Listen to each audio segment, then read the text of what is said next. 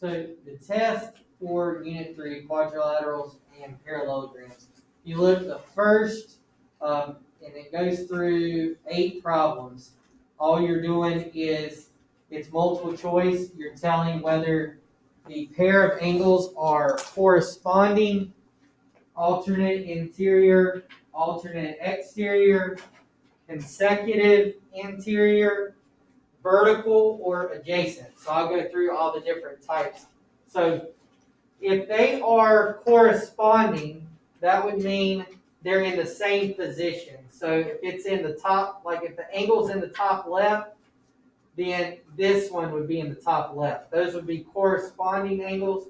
Would be if you have like the top left, you have the top left. The top right, the top right. Bottom left, bottom left. Bottom right, bottom right. That would be corresponding. Alternate interior means they're on the interior, so they're on the inside of these two lines. And alternate means they're on the opposite side of the diagonal. So alternate interior means inside of the parallel lines, alternate on each side.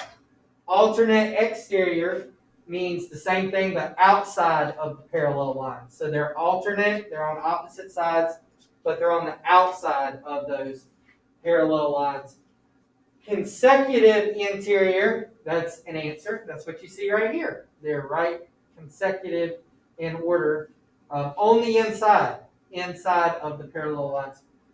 Vertical would mean the ones you can flip over. They connect right here, so they're on the opposite of each other right here. It'd be like you could fold it over. That's vertical angles. And then adjacent means right beside each other. So these two would be adjacent. These two would be adjacent. These two would be adjacent. These two would be adjacent. So if they're right beside each other, then they are adjacent. So those are all the different types of angles that you can have in the first 8.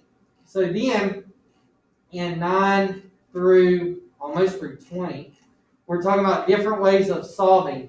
So it starts with just looking at the angle and saying, is it the same? Are they congruent? Or do I need to add them up to 180? So you need to think of what type of angle do I have? Is it alternate interior, alternate exterior, consecutive, corresponding? What type is it? And then look in your notes at, does that mean that they should add up to 180? Or does that mean that they should equal each other? And so that's what it starts with at the beginning. And then it goes to some algebra. Okay? So like in 15, we know that these two have to equal each other. So we set them equal, we got to solve for x. Like in 16, they're alternate exterior. So we know that they've got to equal each other. Those are congruent. So we would have to say 10x plus 10 equals 80. We have to set the angles equal to each other and then solve for x. Okay.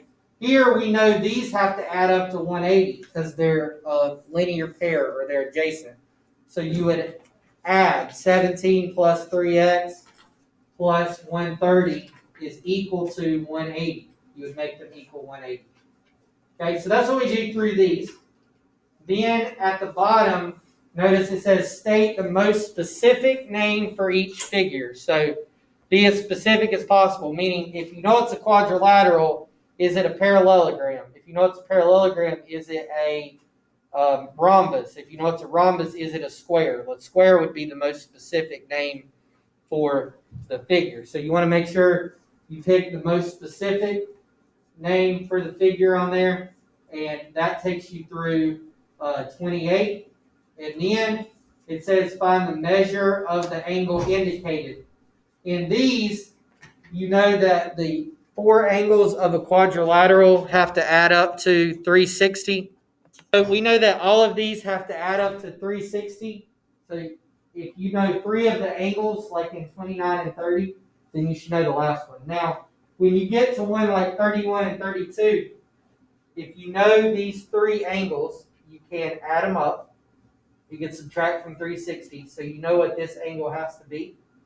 So this angle has to be that number. So when you add 106, 95, and 64, and then you subtract that from 360, then you know this angle has to be that number. So you say 24x minus 1 equals that number.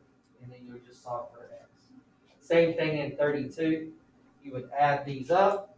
Then you say 10x plus 3 has to equal what's left. And you would just solve for x. Okay? At the very bottom, it says that they are a parallelogram. So in a, we got some crazy, so in a parallelogram, they have to add up to 180. So basically, consecutive angles add up to 180. That's one thing that you need to know. So both of these together would add up to 180, and both of these together would add up to 180. In the trapezoid, we just did that yesterday. Remember, you do the top plus the bottom, and then when you divide it by 2, it equals the middle. You do the top plus the bottom.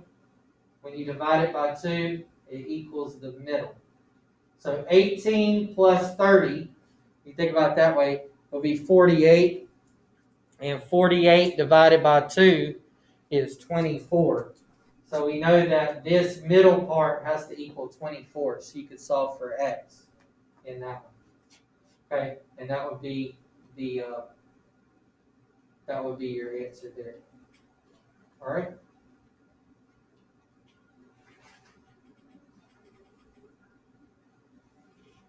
$37 says, create a rectangular fence around your house using 50 feet of fence.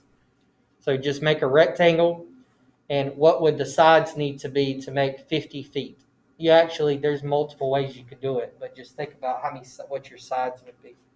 38 says, explain the difference between the 3 types of parallelograms. The 3 types are, you have the rectangle, the rhombus, and the square. So what's the difference between a rectangle? What does a rectangle have to have? What does a rhombus have to have? And what does a square have to have? So what's the difference between the 3? And it's on that, if you look at that note sheet where they have the quadrilaterals, you can see the 3. 39 says, make a parallelogram where the angle in the bottom left is 78 degrees. One side is 14, another side is 9. It says, fill in the rest of the information. So basically, parallelogram kind of looks like this. If you know this is 78, then you should also be able to know what this is.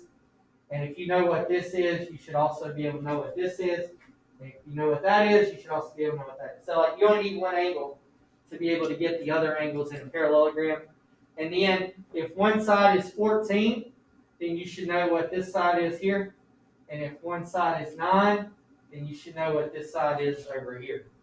So it's actually pretty easy, but you just got to fill in the rest of the parallelogram.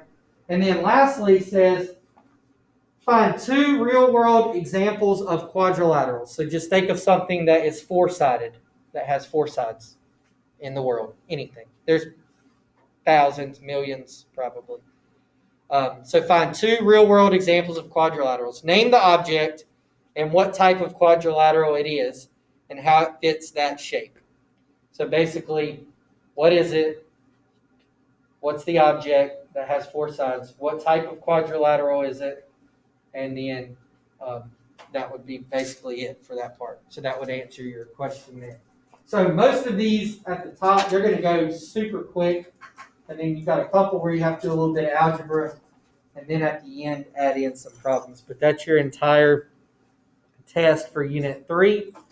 Be a test grade for your first grading section. If you have any questions, you can let me know as you go through that. All right.